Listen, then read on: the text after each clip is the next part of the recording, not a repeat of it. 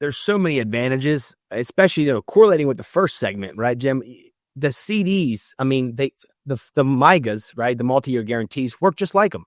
Okay. And the best thing about it is you can actually have them for longer periods of time. So you don't have to worry about your CD giving up at 6 months or 12 months, right? You've got 3, 5, 7 year, MYGAs. And the other thing is, I think right now, Steve, correct me if I'm wrong, we've got a 5.75% tax deferred. Is that what we have going on? Yeah, I think upwards of 5.8 right now, tax deferred for for longer periods. So it's absolutely insane. And I mean, you don't pay taxes on it until you take it out, right? Well, the other thing people don't realize too, I think, with these MYGAs, these multi-year guaranteed annuities, they have a lot of flexibility.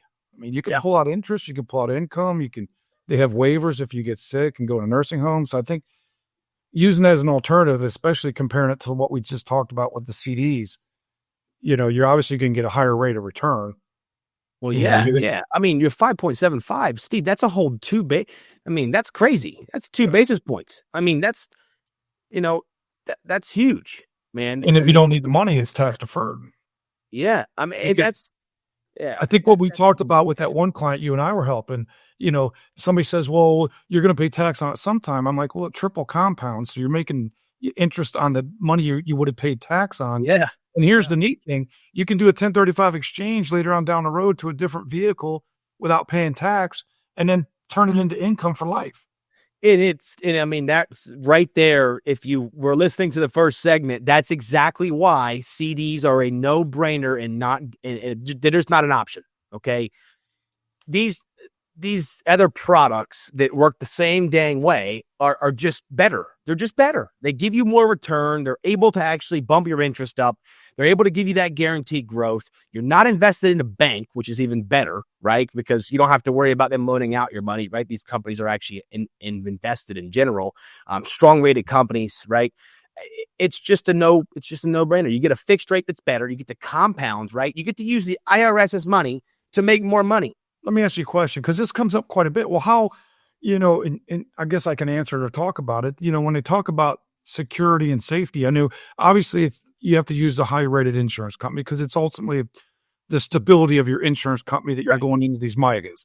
Right. But I think people forget to understand that there's not only is it the company you're going with, it's the reinsurance that company has on your investment. And then also there's some state guarantees that work in depending on what state you live in that could back it if the company got into trouble. So these are relatively safe investments, just like they are with CDs. You're just getting a better rate of return.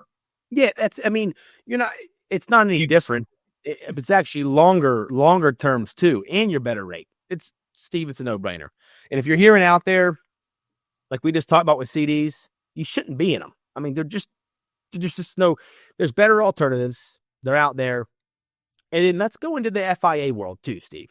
Well, I was going to bring that up because there is a fixed rate inside of FIA. And why don't you tell some of the listeners what you've been doing? I mean, one of my biggest products right now, I think it's the best in the country, to be honest with you.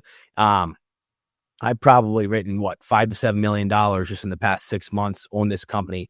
But and we don't say companies here, obviously, because we work for a lot of carriers. Okay. So it just depends on what's best for the client at that time or at that need, right? Or what's offered at that time too. Right. Exactly. There's different points, right? But we're looking for the best for the client. We're not looking for the company. So on that part, there's a fixed rate that's actually 5.15%, right? For this fixed index annuity. So if a client didn't want to go in the market or anything for the first year, and they want to keep those caps, right? Because the cap rate's like 10.75. You have a S&P 500 cap of 10.75 each year, and you can capitalize on those earnings and not lose them.